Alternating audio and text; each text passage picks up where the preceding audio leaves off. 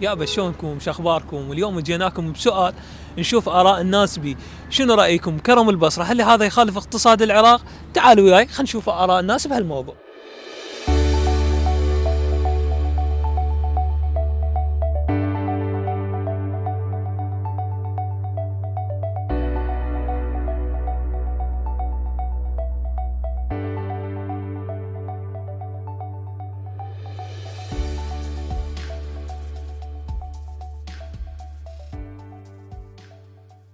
شلونك حبيبي؟ اهلا وسهلا عمري. شنو رايك بكرم البصره؟ هل هذا يخالف اقتصاد العراق؟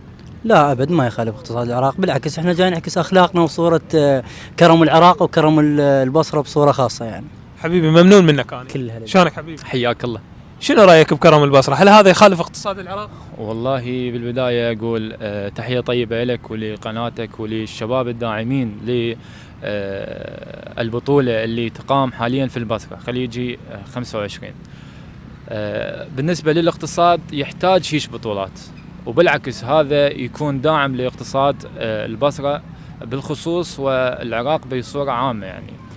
اضافه الى انه احب من خلال قناتكم وان شاء الله موفقين انه يكون اعلامنا يعني اكثر تركيز لهيش بطولات وداعمه، ونشكر احنا من خلال قنواتكم لكل من ساهم بنجاح هاي البطوله ودعم هاي البطوله، وان شاء الله نشوف بطولات اكثر بمستوى احسن وافضل، وان شاء الله العراق مزدهر دوم باقتصاده، وان شاء الله يجي يوم يكون العراق احسن الدول في العالم. ممنونك انا يا طيب. خدمتك حبيبي. شلونك حبيبي؟ حبيب قلبي مرحبا اهلا وسهلا. اخبارك امورك؟ ربي يسلمك حياك الله. شنو رايك بكرم البصره؟ هل هذا يخالف اقتصاد العراق؟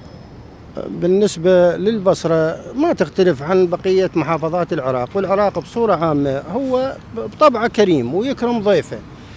اما الموضوع اذا كان يعني هسه الكرم واضح يكون بطوله الخليج موجوده بالبصره، فاعتيادي هي ما كان المردود من عندها اقتصادي بما اكثر مما هو عكس صوره الداخل العراقي واظهاره للاخرين، لان كانوا يشوفون العراق بصوره عامه من نظره خارجيه، اما اليوم هم كانوا بقلب الحدث وعرفوا الوضعيه بشكل عام، فالعراق بطبعه هو كريم، والبصره كذلك هي يعني قلب العراق النابض اقتصاد العراق، فاكيد يعني اكيد هم كرماء والوضع طبيعي بالنسبه لنا، احنا نكرم الضيف بكل الاحوال. شلونك حبيبي؟ حياك الله. اخبارك امورك؟ الله يسلمك يا بعد روحي. اهلا وسهلا بك يا بعد روحي. شنو رايك بكرم البصره؟ هل هذا يخالف اقتصاد العراق؟ بعلي اخي، هي عموما احنا معروفين اهل الجنوب او العراق بالاكمل بالكرم معروفين، بس اللي بهيك مناسبات جاي تلاحظ انت بكاس العالم قطر خسرت تقريبا ما يقارب 220 مليار حسب ما ذكرت الصحف هذه، على مو شنو تبني بنيه تحتيه. احنا جاي نكرم كرم مطاعم بلاش، تدخل بلاش ما يقارب توصل الى 100 دولار 200 دولار وجبات ويعطيها بلاش. انت ليش ما تنعش الاقتصاد مال البلد مالتك؟ ليش ما هذا الفلوس الجاي تعطيهن تكرم بيهن تطور؟ فاقصد شيء مشروع صغير هو ابو المطعم لو ابو كشك ابو شاي، يعني قصدك يسوونها مدينه سياحيه والمفروض نتطور مو نبقى. اي الكرم مالتنا مو يكون هيجي، لان هذا احنا عندنا كانت مناسبه.